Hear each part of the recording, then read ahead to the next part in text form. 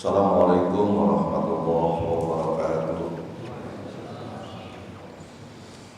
Alhamdulillahilladzi arsala rasulahu bil huda wa dinil haqq liyudhhirahu 'ala dini kulli walau karihal kafirun. Subhanaka la ilma lana illa ma 'allamtana innaka antal alimul hakim.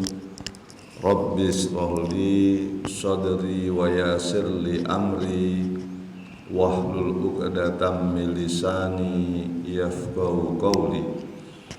A'udzu billahi minasy syaithanir rajim.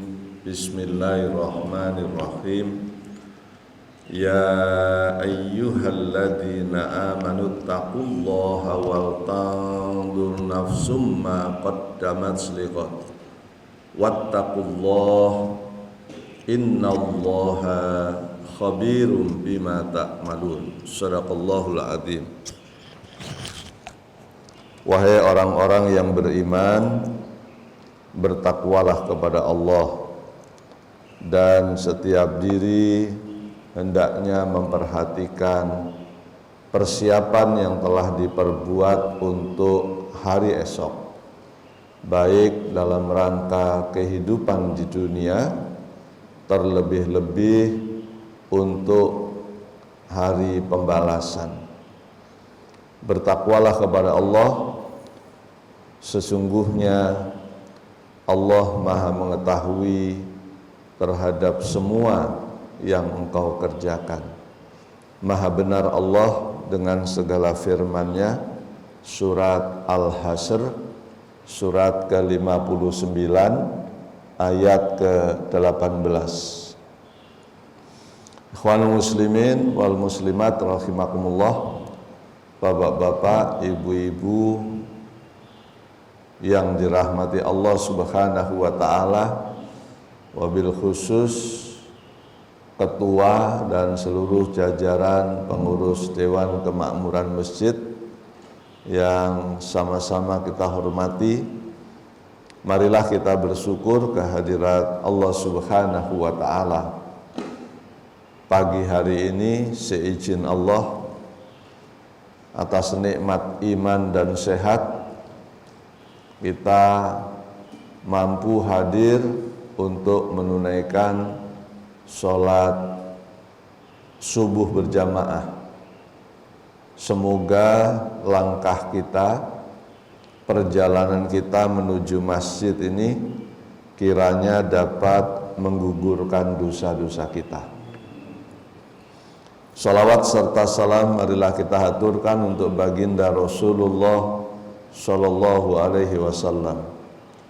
Semoga dengan senantiasa bersolawat dan berkirim salam untuk Rasul kita semua yang hadir di majelis ilmu pada pagi hari ini, keluarga kita di rumah, orang tua kita khususnya, kandung, mertua, baik yang masih ada maupun yang telah tiada, kiranya di yaumil qiyamah kelak semuanya akan mendapatkan syafaat dari Rasulullah Sallallahu Alaihi Wasallam. Bapak Ibu, ini adalah pertama kali saya hadir di Masjid Al-Muhajirin. Untuk itu izinkan saya memperkenalkan diri supaya Bapak Ibu lebih akrab, nanti kalau ditanya itu siapa yang memberi kajian pagi ini, Bapak Ibu tahu saya, ya. Nama saya sudah disebutkan tadi, Sugiyarto, asli Jawa. Ada Sutomonya di belakang, itu nama bapak saya, Sugiyarto Sutomo. Saya dilahirkan di Lumajang, Jawa Timur. Apalagi pendidikan saya bukan orang pesantren. Dari kecil selalu di sekolah umum, dari SD di Jawa Timur, SMP di Jawa Timur, SMA di Lampung, sarjana saya bukan sarjana agama, tetapi saya sarjana bahasa Inggris. Lalu master saya dari Inggris, lulus tahun 92, jurusannya Information Studies. Saya belajar di Sheffield, lebih kurang 2 jam dari London, naik kereta. Tahun 91 saya kuliah. Ya. Doktor saya dari manajemen pendidikan. Saat ini saya masih aktif sebagai ASN, aparatur sipil negara, sebagai dosen di Universitas Negeri Jakarta. Tapi sudah pindah-pindah karirnya Bapak Ibu. Saya pernah di Menkukesra sebagai pembantunya Pak Menteri 6 tahun, pernah menjadi wakil rektor Pak Tantri Abeng, kalau Bapak-Bapak masih ingat ya, Tantri Abeng, Menteri BUMN, pernah menjadi ketua Sekolah Tinggi Bahasa Asing, punya orang Katolik tulen, tapi dia maunya saya 2 periode, 8 tahun, pernah menjadi asesor perguruan tinggi negeri dan swasta se-Indonesia 10 tahun. Saat ini saya tinggal di Bintara Pak, Pondok Kopi, Cakung, Bintara, itu sudah masuk Bekasi Barat. Ya. Istri 1, anak 3. Anak pertama saya seorang dokter, yang kedua psikolog, yang ketiga sarjana teknik metalurgi, semuanya lulusan Universitas Indonesia. Cukup ya Pak perkenalannya ya? Ya, artinya Bapak Ibu sudah kenal saya, jadi kalau ketemu lebih dekat, lebih akrab gitu. Jadi tinggal saya di Bintara. Nah, pagi hari ini saya mengajak Bapak Ibu belajar bersama-sama. Jadi saya pun masih sama-sama belajar, tapi ditemani Bapak Ibu. Dengan demikian belajarnya bersama-sama, nanti kalau ada yang kurang benar kita cari sumbernya yang lebih benar bersama-sama. Pagi hari ini saya ingin menyampaikan materi keutamaan bersyukur. Kata bersyukur itu kedengarannya sederhana, tetapi prakteknya tidak sesederhana yang kita dengar. Yang pertama yang perlu kita tahu, kepribadian yang membedakan orang syukur nikmat dan kufur nikmat. Pertanyaannya, ada tidak orang yang sholat tapi sebetulnya kufur? Nah, sekarang menurut Bapak Ibu kira-kira gimana? Ada orang sholatnya rajin tapi kufur. Ini kalau saya melihat fenomena di luaran, orang berpeci pun banyak yang kufur. Orang berjilbab pakai mukena pun kufur. Kenapa? Dia sholat tapi menyimpan sifat kekufuran. Sifat orang kufur itu Bapak Ibu diingat-ingat, karena Bapak tidak mencatat dan tidak ditayangkan ayatnya. Sebetulnya saya pinginnya ada ayat-ayat yang ditayangkan. Surat Al-Ma'arij, surat ke-70. Jadi saya bicara dengan dasar ya Bapak Ibu ya. Dasarnya saya sebutkan dengan jelas. Surat 70 ayat 20 dan 21. Ini sifatnya orang kufur. Yang pertama, idza massahu syarru jazua.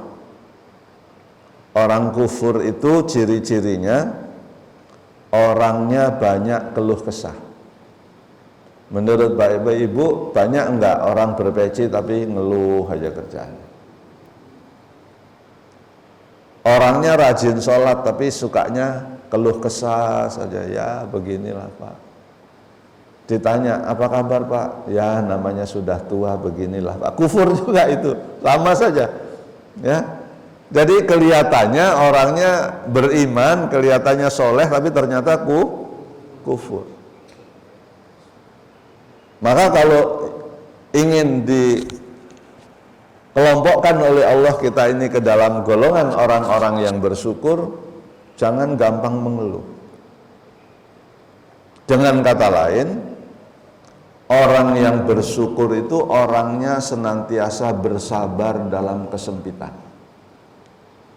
Itu baru orang yang bersyukur. Kalau ada kesempitan, ada kesulitan, ada sesuatu yang mengganggu dia nggak keluh kesah, dia sabar, dia tangguh, dia tidak mudah menyerah.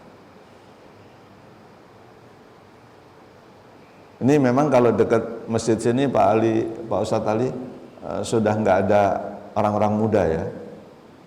Kan yang hadir ini bukan tua, dewasa. Saya tadi berangkat dari rumah, harapannya itu banyak orang-orang yang baru menikah, yang usianya 40 ke bawah. Tapi kalau bapak-bapak paling 40, 42, 43 lah. Ya, yang hadir. Iya. Saya kalau berbicara di depan anak muda itu punya optimisme. Tapi kalau berbicara di depan bapak-bapak seperti ini, saya punya kesabaran. Jadi orang kufur yang kedua, ciri-cirinya, lihat ini kira-kira banyak enggak orang Islam pakai peci, pakai baju koko, pakai mukena, pakai jilbab, tapi kufur. Ciri yang kedua ini ya, ayatnya ayat 21. Surat apa tadi Bapak Ibu? Surat Al-Ma'arij, surat ke-70. Wa idza massahul khairu manu'a. Orang kufur itu ciri-cirinya orangnya pelit, tidak suka menolong, tidak suka bayar infak, tidak senang bersedekah. Banyak nggak Pak? Dia menganggap dirinya soleh Pak. Dia menganggap dia itu sudah takwa. Tapi ternyata kata Allah, kamu orang kufur. Buktinya apa? Ke masjid aja nggak bawa uang infak, sholat subuh. Padahal disarankan oleh Nabi itu hidup mulai dengan sedekah. Tapi banyak orang Islam ke masjid lupa bawa uang infak, lupa. Ayo kita sama-sama mikir Pak ya, kita belajar bersama-sama. Sesederhana itukah kata syukur? Dipikir hanya mengucapkan alhamdulillahirabbil alamin, tapi pelit. Oh itu orang kufur Pak, yang bilang bukan saya, kalau mau marah sama Allah kalau berani. Jadi ciri-cirinya orang kufur nikmat itu ada dua. Satu, gampang mengeluh, tidak sabar kalau ada kesempitan. Dua, kalau hidupnya dimudahkan, disenengkan, dikasih rezeki, pelit. Pelitnya saya tadi kenceng loh Pak, saya kencengkan supaya sadar. Masalahnya kalau yang dengar pengajian segini tetap aja orang Islam banyak yang pelit Pak. Ada bendahara masjid nggak sini Pak yang hadir? Coba bendahara yang mana bendahara? Bapak? Ya. Ini menampung berapa ratus orang kalau Jumat? Berapa Pak? 500. 500 itu kalau saya rata-rata 10.000, harusnya infak Jumat 5 juta. Sekarang saya tanya dulu, berapa rata-rata Jumat? Hampir 3 juta. Nah, berarti masih banyak yang pelit kan Pak?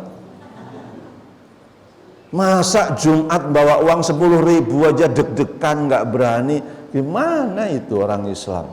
Nggak ngerti saya. Kalau Jumat bawa uang 10.000 saja nggak mau. Pertanyaan saya, subuh jamaahnya tadi 2 saf saya lihat. 1 saf isi 30 ada nih?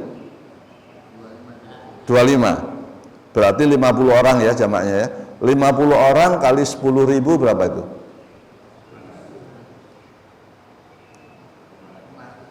$500. Nyampe 500. Nyampe. Nah, berarti yang hadir nggak pelit.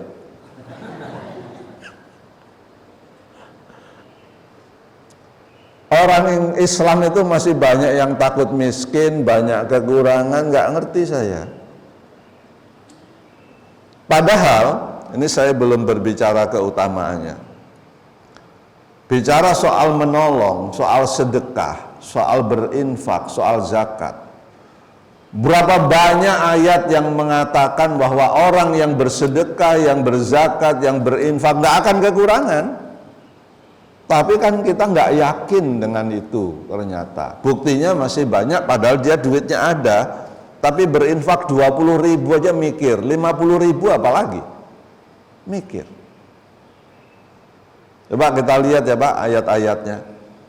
Siapa kita yang tidak hafal surat Muhammad, surat keberapa itu surat Muhammad? Surat 47 ayat 7. Ini populer, kalau saya bacakan ayatnya pasti hafal. Ya ayyuhalladzina amanu in tansurullaha yansurkum wa yusabbit aqdamakum. Apa itu artinya? Wahai orang-orang yang beriman, jika kamu menolong agama Allah, Allah pasti menolong kamu. Siapa yang nggak jelas dengan ayat itu? Wahai orang-orang yang beriman, jika kamu menolong agama Allah, Allah akan menolong kamu. Katanya kalau mau jadi orang takwa, dzalikal kitabul la raiba fi. Al-Quran ini tidak ada keraguan di dalamnya bagi orang yang bertakwa. Udah bilang siapa yang menolong agama Allah, Allah pasti nolong kamu. Tapi infak 10.000 mikir, 20.000 tapi lebih lama mikirnya, 50.000 deg-degan. Mana orang Islam?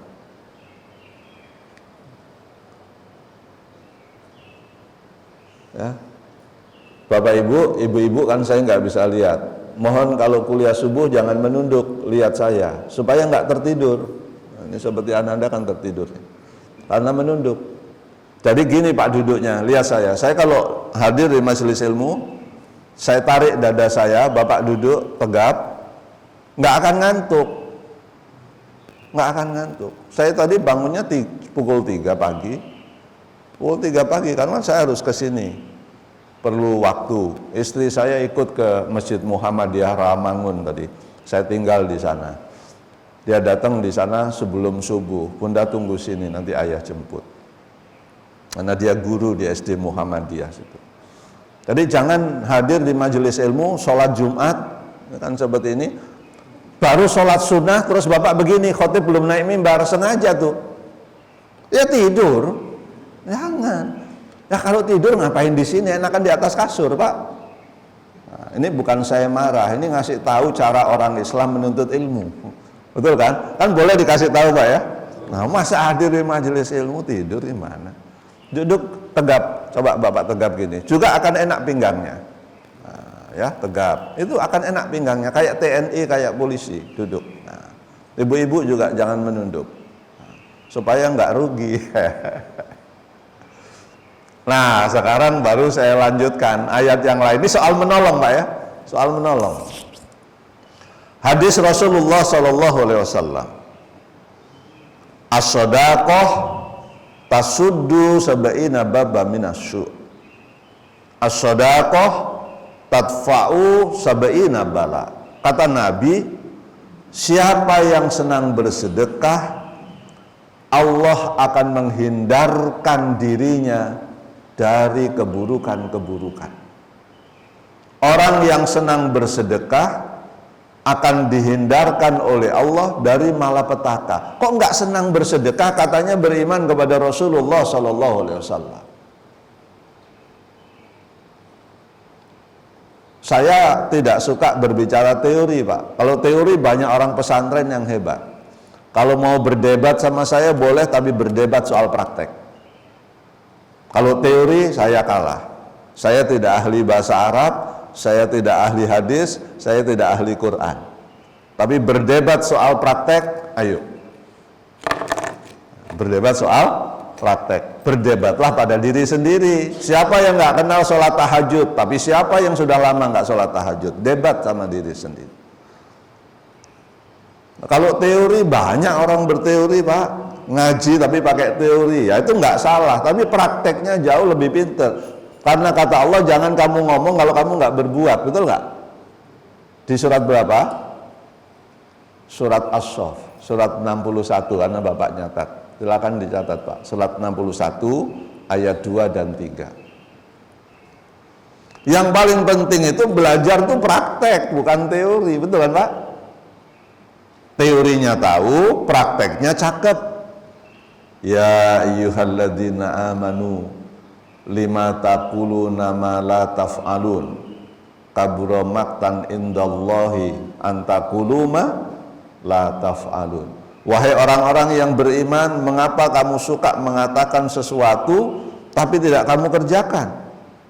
Kabura maqtan indallah. Allah itu marah sama orang yang tahu tapi tidak mengerjakan. Jelas?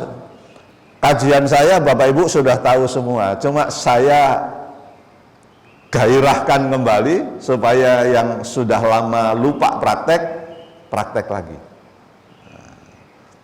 Semuanya yang sudah saya sampaikan tahu. Coba sekarang kita lihat siapa yang tidak yakin dengan surat 6. Surat apa itu surat 6 Pak? Nah, kalau Bapak-Bapak lupa berarti memang perlu ngaji. Surat ke-6 itu adalah surat Al-An'am. Ya kan? Surat 7, surat keberapa Pak? Al-A'raf. Surat ke-8? Lupa Pak. Surat 9? Lupa. Ya alhamdulillah. Artinya berarti Bapak masih sehat karena bisa lupa. Ya kan? Baik Bapak Ibu. Kita bersama-sama, karena saya juga bukan orang pesantren, saya sudah memperkenalkan diri. Kita bersama-sama. Lihat surat Al-An'am Pak ya tadi, karena Bapak catat surat ke-6. Saya juga sedang begini Pak sebetulnya kalau pengajian, karena saya suka nggak suka teori.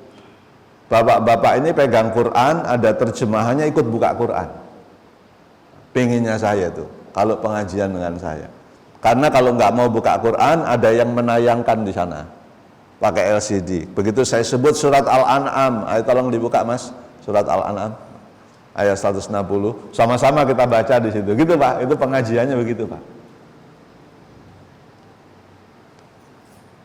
Bapak Ibu tahu nggak sih bahwa orang Islam itu suka melanggar ayat Al-Quran? Saya kasih tahu saja. Yang praktek Pak, orang non-Islam. Kita buktikan ya Pak ya. Surat Al-Alaq ya. Iqra bismi rabbikal ladzi khalaqal insana. Kemudian Allah mengajarkan ilmu dengan apa? Dengan pena. Ingat nggak Pak ayatnya? Artinya orang Islam itu kalau belajar disuruh nyatat. Orang Islam itu kalau belajar disuruh membaca. Saya menjadi pendidik baru 38 tahun. Mendidik di sekolah di kampus ya Pak ya.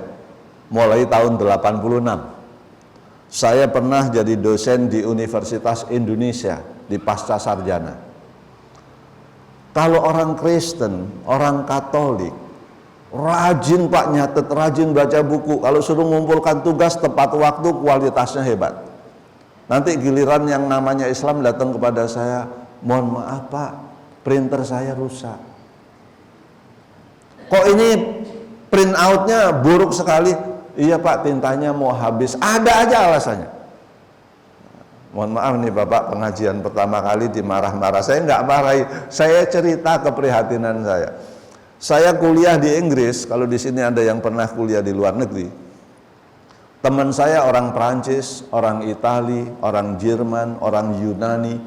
Wah, kalau nuntut ilmu belum jam kuliah Pak, ini wallahi demi Allah ini cerita. Karena ini saya ngalami. Saya mengunjungi kota Jerman sudah hampir semuanya, mengunjungi sekolah-sekolah. Karena tugas dari kementerian, ya.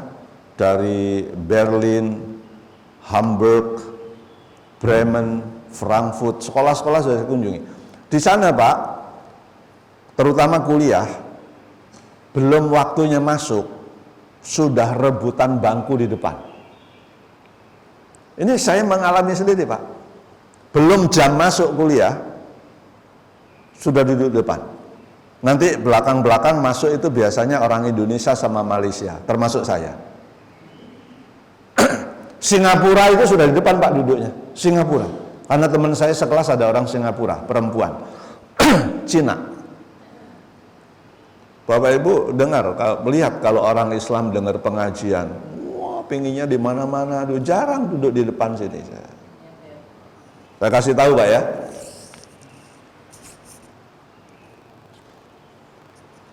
Kalau saya pengajian di masjid saya hadir sebagai pendengar, saya duduk di sini.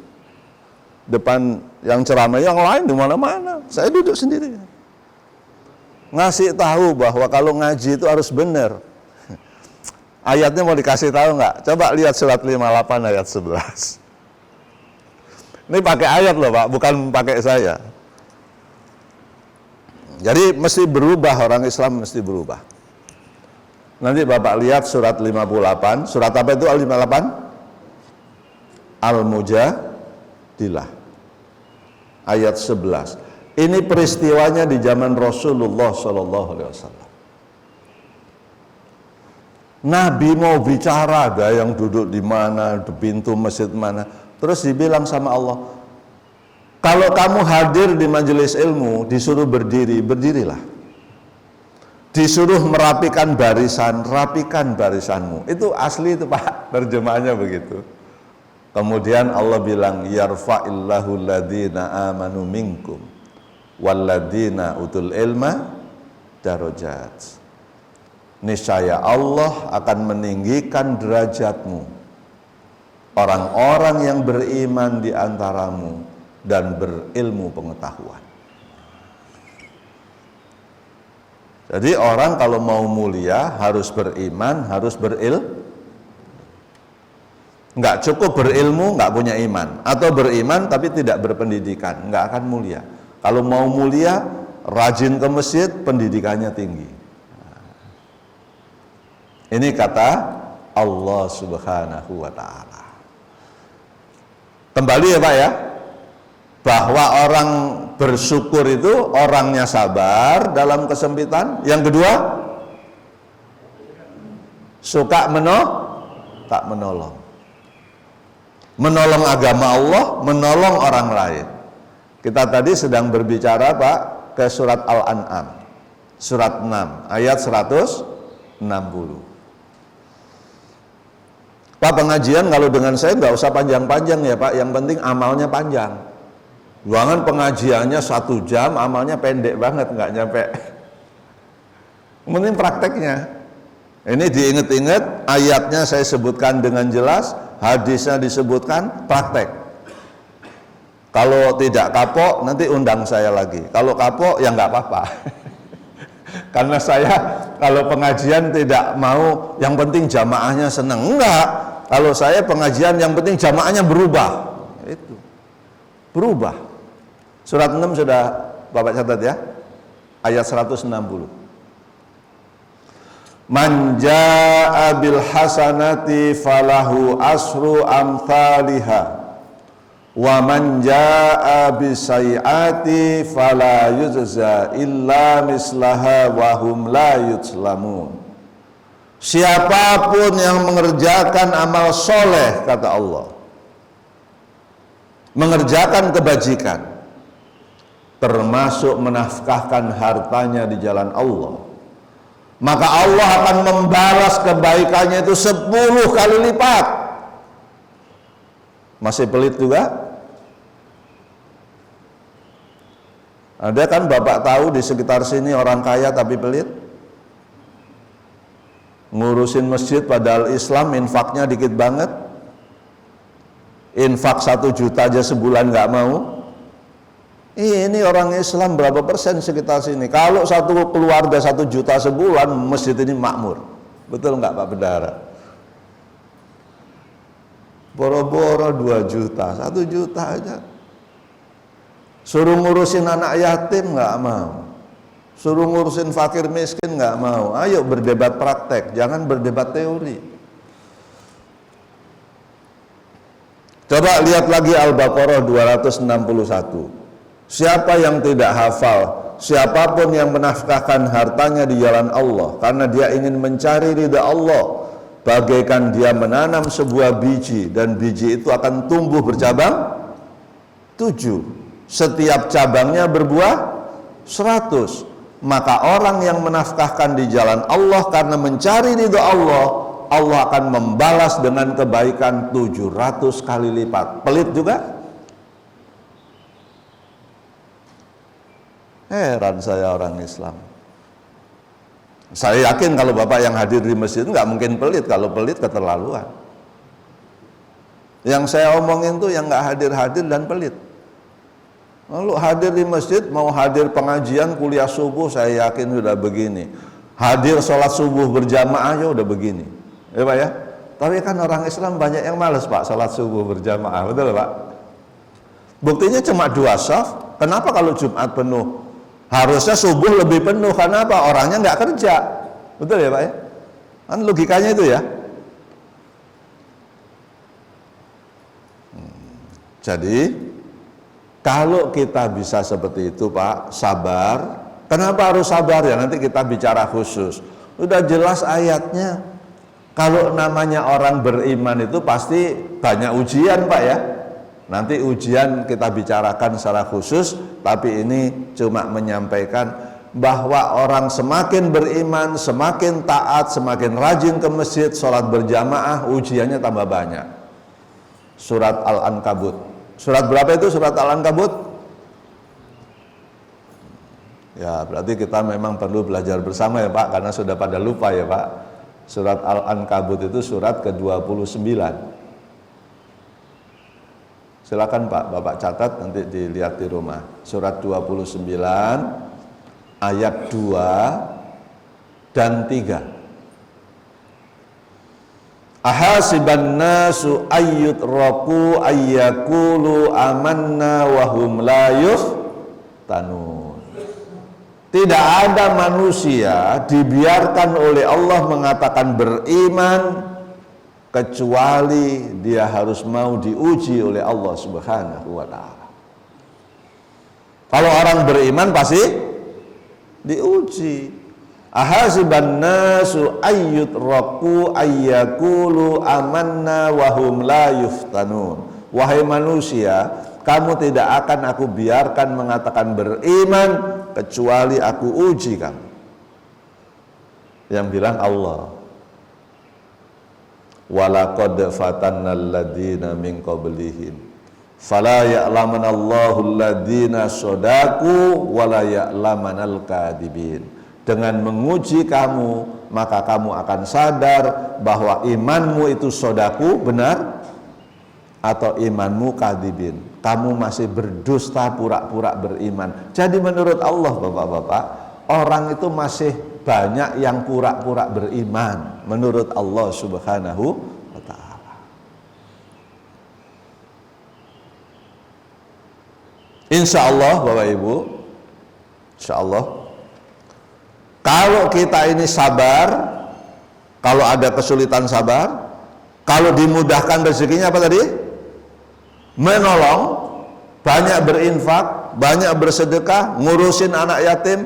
Kalau kesulitan, saya punya anak asuh banyak, yang kuliah tahun ini 4 orang, alhamdulillah yang sudah jadi sarjana 3 orang, ya, jumlahnya masih ada 18. Saya khitankan sendiri, saya belikan sepeda, biayanya saya urus sendiri berdua istri saya. Boleh nitip saya kalau percaya, kalau nggak percaya nggak apa-apa, saya nggak minta-minta. Jadi yang kuliah 4 orang, yang sudah sarjana 3 orang. Kalau saya punya anak asuh, saya tanya, mau kuliah apa enggak? Kalau enggak mau kuliah, enggak usah jadi anak asuh saya. Kalau anak asuh saya harus mau jadi sarjana.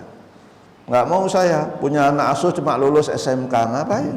lulus SMA, nggak bisa kerja, harus jadi sarjana. Orang tuanya, ibunya, kalau dia yatim, saya bilang, ibu jangan menyuruh anak bekerja lulusan SMK. Kalau ibu mau nitipkan ke saya sampai sarjana, tanda tangan, tanda tangan. Kamu ngerokok, berhenti, nggak usah jadi anak asuh saya. Anak asuh saya nggak boleh ngerokok, jamaah saya nggak boleh ngerokok. Jadi bapak kalau ngerokok jangan depan saya. Haram hukumnya. Jelas Pak ya. Masa orang Islam ngerokok nanti sakit jantung, ujian enak aja kata Allah. Yang bikin jantung tuh kamu, bukan saya yang bikin kamu sakit jantung. Orang Islam nggak boleh ngerokok. Yang bilang makruh, saya nggak mau berdebat teori. Saya punya videonya ini, bahwa rokok itu terbuat dari hemoglobin babi yang meneliti orang Australia, bukan orang Islam. Kalau bapak berdebat begini, Pak ngerokok itu saya buktinya sudah usia 70 tahun nggak sakit jantung saya, usia 80 tahun. Tanya sama dokter di sini kalau ada Pak dokter hadir. Anak saya dokter. Ngerokok itu merugikan orang di sekitar kita. Percaya nggak bapak? Bapak nggak mati-mati, tapi kalau ada bayi dekat bapak, ada ibu hamil, bapak merugikan dia. Apa nggak zolim itu? Ayo mikir orang Islam. Dia kita merokok nggak mati-mati karena mungkin Allah belum takdirkan, tapi bayi itu harus tumbuh sehat, orang hamil harus tumbuh sehat. Ini di kendaraan umum merokok, di stasiun merokok. Mohon maaf ya Pak, jangan merasa dimarah-marahin. Saya nggak marah, saya gemes. Kan beda Pak, yang gemes sama marah tuh beda. Saya gemes. Kok orang Islam berpikirnya begitu sih? Saya berani ngomong gini Pak, Bapak nggak akan tersinggung oleh saya, nggak ada yang merokok. Kalau Bapak ada yang merokok, saya nggak akan ngomong. Maka saya ngomong. Jadi nggak mungkin tersinggung dong. Nggak mungkin. Orang saya dari rumah tidak merencanakan mau merokok sampai di sini tiba-tiba keluar. Itu hasilnya pengajian. Pengajiannya kan natural, Pak. Saya dari rumah nggak ingin bikin supaya jamaah senang, enggak. Saya ngomong aja apa adanya, keluar yang penting dalilnya ada. Insya Allah Pak, kalau kita sabar, suka nolong orang, 4 kebaikan. Ingat ya. Semakin banyak Bapak bawa uang infak ke masjid tiap subuh, kalau Bapak tidak merasakan kebaikan langsung, yakini anak kita dapat kebaikan dari sedekah. Yakin itu? Yakin. Masa kita nolong orang, anak kita nggak ditolong Allah, gimana? Nah, nggak yakin sama ayat. Lihat surat 16 Pak.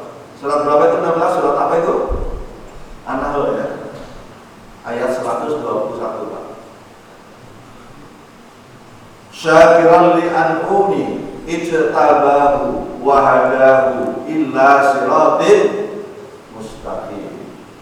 Kata Allah, siapa yang bersyukur kepadaku, aku pilih dia, aku bimbing dia, dan akan aku selalu tunjukkan jalan yang lurus kepadanya. Jadi orang yang sabar dan suka menolong, jaminannya hidayah. Sabar dalam kesempitan, suka nolong, hidayah.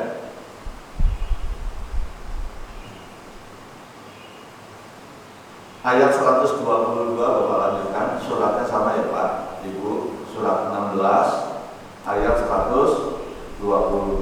Dua jaminannya di sana. Wa atainahu fid dunya hasanah. Orang yang sabar, yang tangguh, tidak mudah menyerah, tidak mudah putus asa, banyak nolong orang, tidak peduli orang itu Islam dan tidak. Saya mau tunjukkan dalilnya. Nolong orang Kristen boleh, nolong orang Hindu boleh, apa boleh. Ada dalilnya, saya berani ngomong. Karena saya sudah baca Al-Qurannya, sudah baca tafsirnya. Saya punya 3 tafsir di rumah. Ibnu Katsir punya, tafsir Al-Azhar Buya Hamka punya, tafsir UI punya. Jadi referensinya cukup. Wa atainahu fid dunya hasanah. Orang yang suka menolong itu akan diberikan kehidupan yang baik oleh Allah Subhanahu wa Ta'ala. Hidupnya baik. dunianya baik, istrinya baik, anak-anaknya baik-baik, soleh dan soleha, qurrata ayun, menjadi penyuju hati. Siapa yang nggak ingin? Buktinya bahwa berdoa itu terus Rabbana atina fid dunya. Kata Allah dijawab, ya udah kamu bersyukur kalau ingin doamu terkabul. Yang ketiga Pak, ayat 122 tadi masih. Wa innahu fil akhirah la minasyolihin. Siapapun yang bersyukur kepada Allah akan diberikan kehidupan yang baik, dan Allah bilang sendiri, nanti matinya aku kumpulkan dengan orang-orang soleh. Dan orang soleh itu kabarnya masuk surga. Saya nggak punya pengalaman. Maka saya nggak berani cerita banyak karena belum mengalami Pak. Tapi kata Allah, surga itu nggak harus menunggu mati. Orang yang hidupnya tenang, tentram, sejahtera, berkecukupan, nggak banyak masalah, that's paradise. Itulah surga. Jadi kita bisa hidup di surga. Saya duduk-duduk begini, tiba-tiba kue datang. Tapi di sini belum. Tapi nanti yang akan datang serasa surga. Pengajian belum mulai, kue datang. Wah, serasa surga. Kopinya panas. Rasanya surga.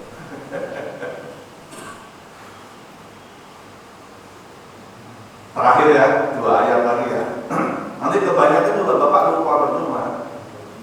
Ngapain banyak-banyak? Dikit tapi ingat praktek. Ini pengajian, sampai pengajian lagi praktek terus. Karena ingat, kalau nggak dipraktekkan lupa. Surat Ibrahim hafal semua dong. Surat keberapa itu?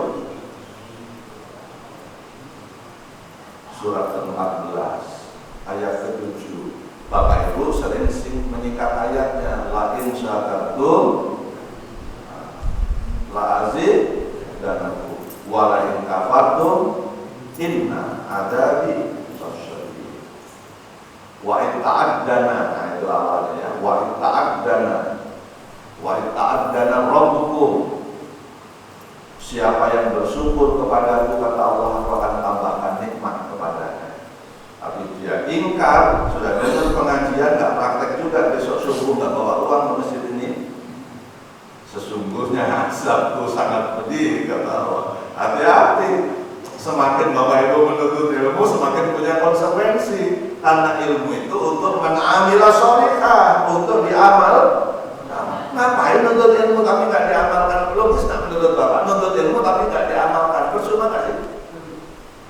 Jadi ilmu itu men'amila sholihah. Ini kalau saya teruskan nggak berhenti-berhenti.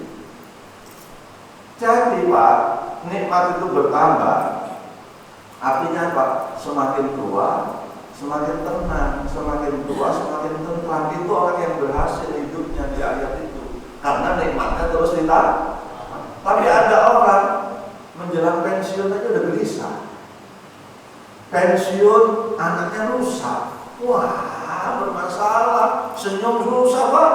Lucu pun dia baru. Saya memang nggak lucu kalau misalnya makanya saya bukan pelawak. Ngapain saya melawak di masjid? Kalau Bapak mau nyari hiburan, panggil stand-up comedy, panggil pelawak. Ngapain berceramah melucu-melucu? Saya juga heran. Kalau Bapak tadi tertawa kan menertawakan diri sendiri ya Pak ya. Bukan karena saya lucu, enggak. Oh saya nggak dipanggil ceramah nggak apa-apa, orang saya gajian tiap bulan. Saya kan pegawai negeri. Saya jabat lama sekali, di Menkumham 6 tahun, jadi wakil rektor 4 tahun, jadi ketua sekolah tinggi kelas akhir 8 tahun, jadi asesor 10 tahun. Ngapain lucu-lucunya itu? Maka penutupan, orang yang berhasil di dalam hidupnya, yang paling berhasil di dalam hidupnya, ya surat Al-Fajr. Surat 89 ayat 27 sampai 30. Apa itu? Kalau semakin dekat matinya, semakin tentram hatinya, semakin gak ada masalah. Supaya bunyi, ya ayat Tuhan nafsul mutmainnah. irji'i ila rabbiki radiyatan mardiyah fadkhuli fi ibadi wadkhuli jannati. Itulah orang yang berhasil. Kalau tambah tua berarti kematiannya tambah dekat. Hatinya semakin tidak ada masalah, semakin tentram, semakin damai, anaknya rapi, baik-baik semua, pendidikannya bagus-bagus semua, mantunya baik-baik, soleh dan solehah, istrinya baik, suaminya baik, tenang hidupnya. Kan itu yang kita cita-citakan. Nah, cukup ya Pak ya. Terima kasih Bapak Ibu sudah hadir menemani saya. Ada satu orang yang mau nanya, silakan.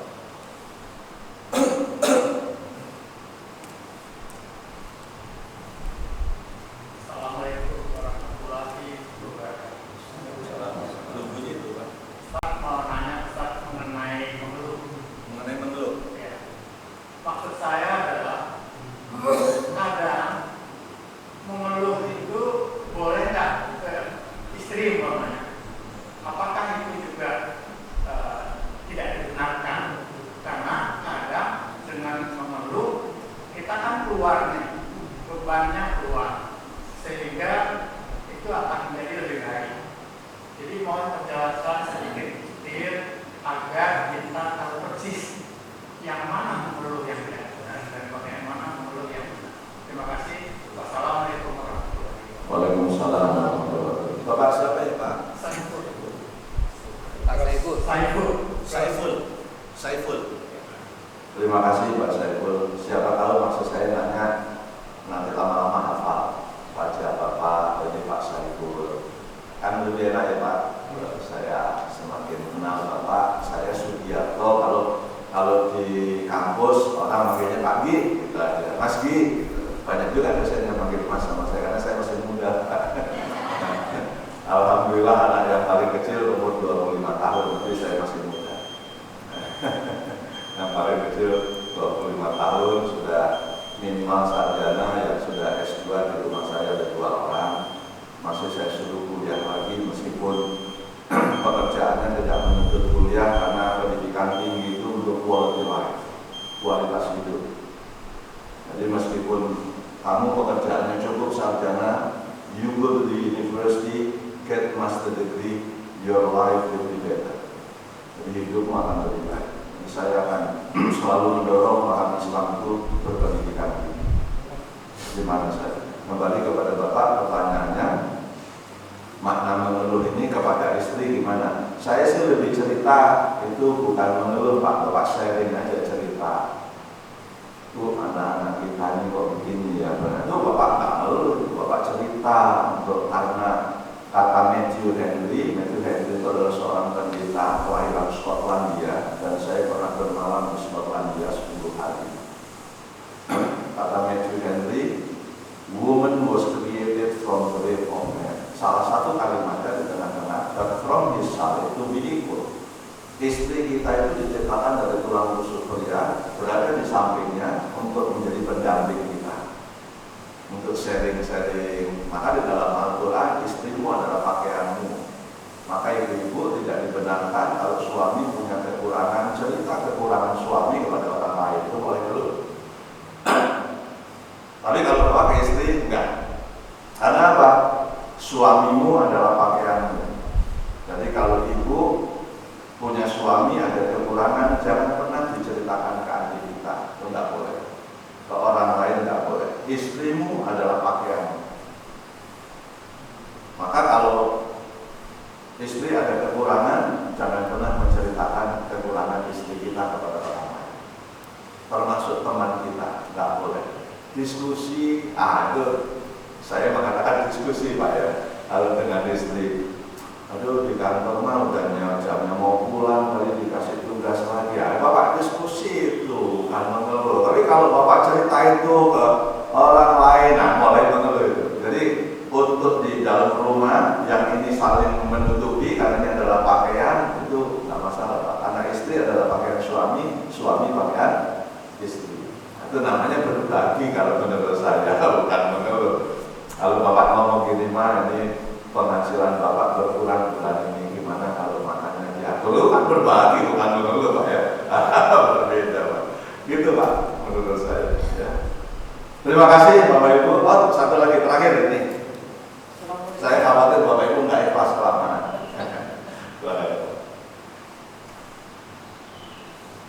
Assalamualaikum Ustaz. Waalaikumsalam. Sangat menarik sekali kuliah Ustaz kami.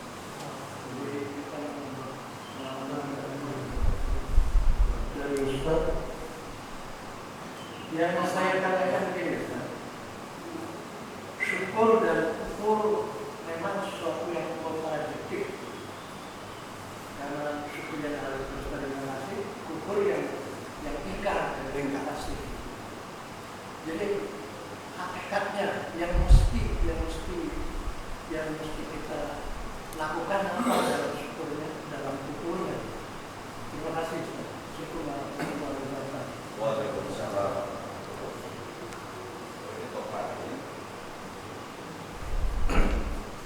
Dengan Bapak siapa ya? Romlan.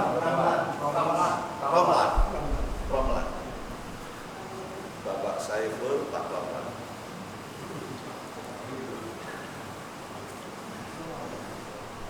Terima kasih Pak Romlan. Beliau menanyakan syukur dan kufur itu kan dua hal yang kontradiktif. Hakikatnya seperti apa? Nah tadi penjelasannya Pak, yang di awal-awal tadi. Kalau orang kufur itu pokoknya banyak mengeluh, tidak sabar, gampang menyerah, putus asa, itu orang kufur. Dan itu ternyata banyak dilakukan oleh orang yang sholat. Banyak Pak orang sholat perlu kesah, ada ujian nggak sabar. Padahal kalau orang sholat udah pasti diuji. Nanti saya akan bicara ujian panjang lebar pakai ayat yang lain. Jadi kalau orang yang bersyukur, ya ada kekurangan sedikit, sabar. Tugas kita kan cuma, nah ini saya juga akan ngomong nanti, ikhtiar itu seperti apa. Sakit itu mesti sabar, tapi sakit itu ada yang azab, ada yang ujian. Walaupun Bapak sholat sakit, saya kasih contoh tadi soal merokok.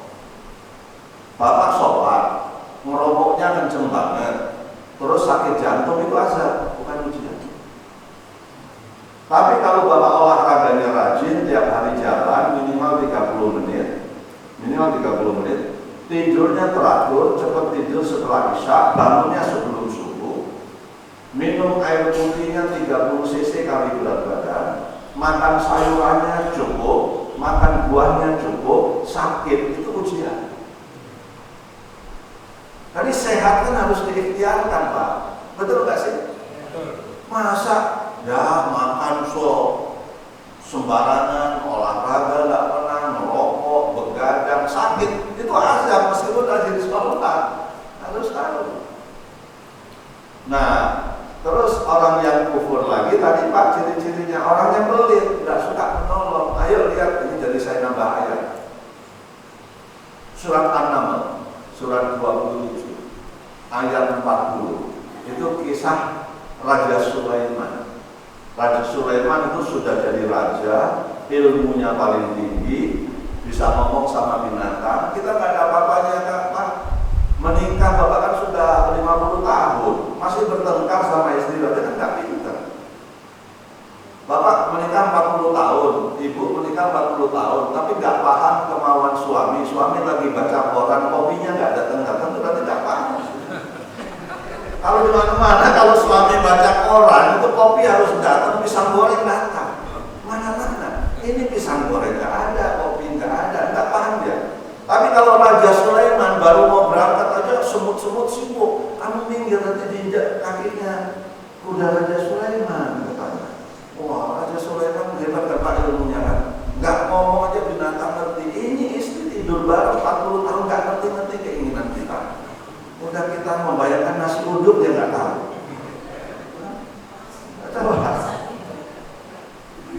Bapak juga begitu kan, kesukaan istri itu nggak paham. Dia pinginnya disayang, ini kita malah bikin apa?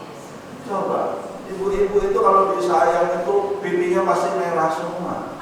Tahu ya Bapak ya kan? Itu. Dan istri kalau disayang pasti sehat karena hormon endorfinnya keluar terus, dia dia bahagia. Tanya istri kita kalau nggak percaya, mama bahagia. Kalau enggak, berarti sayangnya kurang. Bukan jelas. Istri itu cuma begitu. Kalau suami sayang melindungi, itu sehat ya Pak.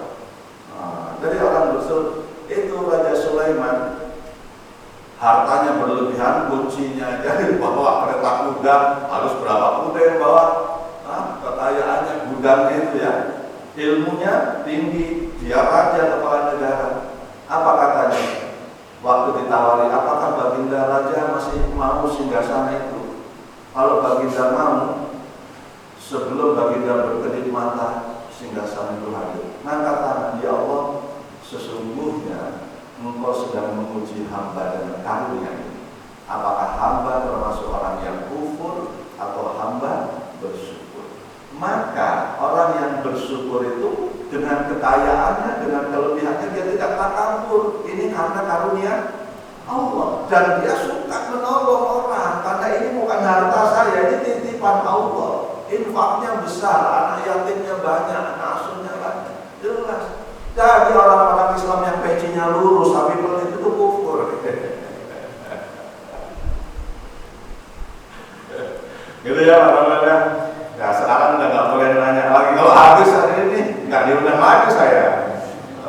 Saya kan maunya diundang lagi supaya saudaranya banyak yang mendoakan. Mari kita tutup taklim kita dengan doa kafaratul majlis. Subhanaka Allahumma wa bihamdika asyhadu an la ilaha illa anta astaghfiruka wa atubu ilaik. Assalamualaikum warahmatullahi